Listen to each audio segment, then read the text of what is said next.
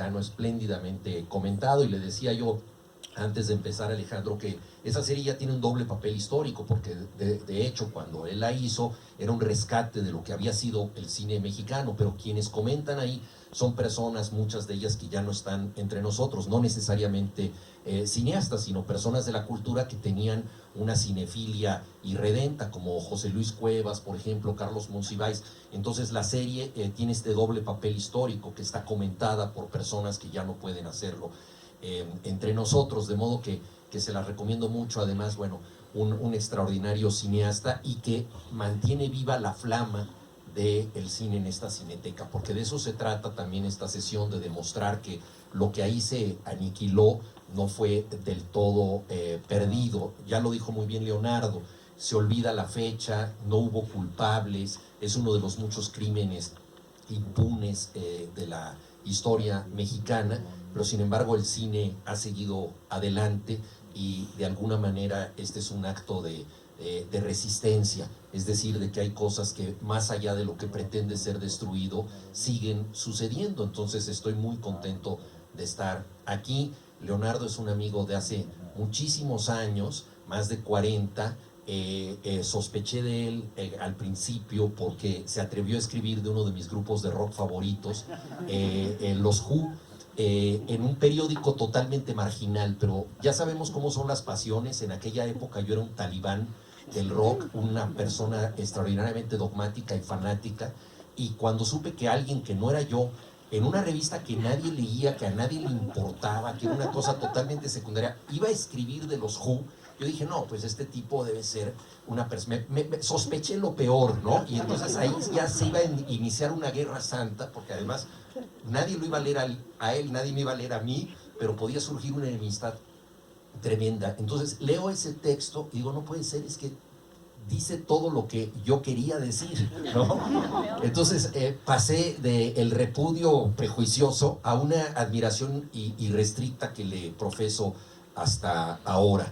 Lo conocí también como caricaturista, tiene un humor cáustico, negro, Leonardo, del que hemos sido cómplices y víctimas muchas veces, sus amigos, y él tiene un libro maravilloso con prólogo de Gustavo Sainz, Muerte Súbita, de caricaturas de humor estrictamente negro, muy bueno. Y luego, pues bueno, lo he seguido en todas sus críticas, por supuesto en el programa que comparte con Fernanda en Cuadro Iberoamericano y en muchas otras cosas. Pero esta larga amistad también se asocia con la novela, porque cuando surge el incendio yo sabía que Leonardo trabajaba ahí, y yo vivía en Berlín Oriental en aquel momento.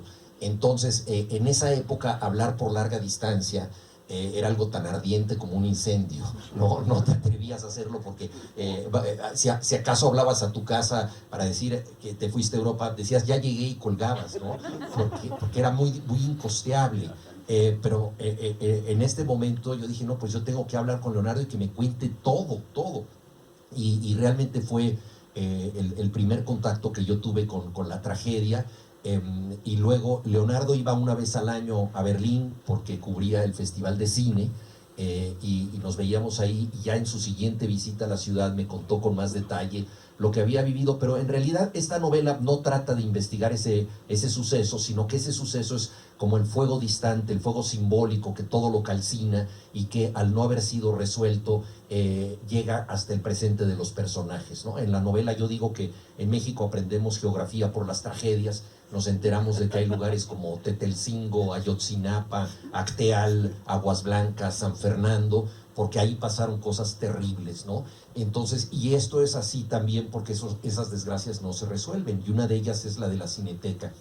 Me quedé pensando desde el 82 y desde esa primera llamada telefónica con Leonardo, en qué sucedería con nuestra generación que se aprestaba a hacer cine en un momento en donde todo conspiraba contra el cine, ¿no? Generación a la que se sumó Alejandro Pelayo, y de la que ha escrito en su libro, y les comentaba ahora lo difícil que fue hacer cine en aquellos años, ¿no? Entonces quedó como un momento pendiente para mí el decir, bueno, esto, ¿qué es lo que va a seguir calcinando con el tiempo, ¿no?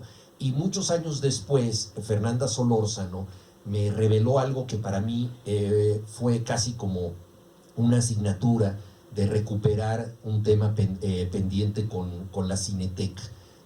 Hace 21 años, un crítico de cine al que yo quise mucho, Francisco Sánchez, que fue también muy buen guionista de la película Pueblo de Madera, de Vidas Errantes, era una persona generosísima en un medio que no se caracteriza por su generosidad, que iba mucho a las presentaciones de los escritores, nos alentaba a seguir escribiendo, ¿no? Recuerdo que alguna vez me dijo, presentamos 2 libros, un escritor un poco mayor que yo, y se acercó y me dijo, mira, los 2 libros de ustedes me gustan mucho, pero tú tienes una ventaja, tú vas a seguir escribiendo, él ya no va a seguir escribiendo, tienes que hacerlo. Y yo cada vez que no escribía decía, Francisco me dijo que tenía que seguir escribiendo y no hago nada, ¿no?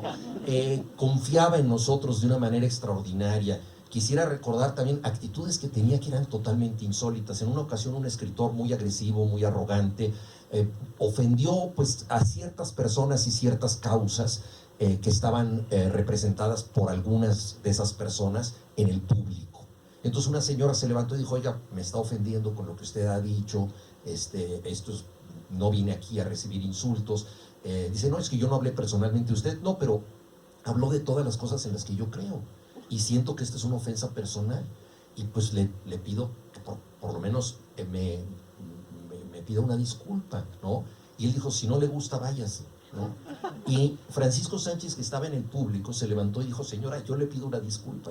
Dijo, pero usted no habló, usted no dijo nada.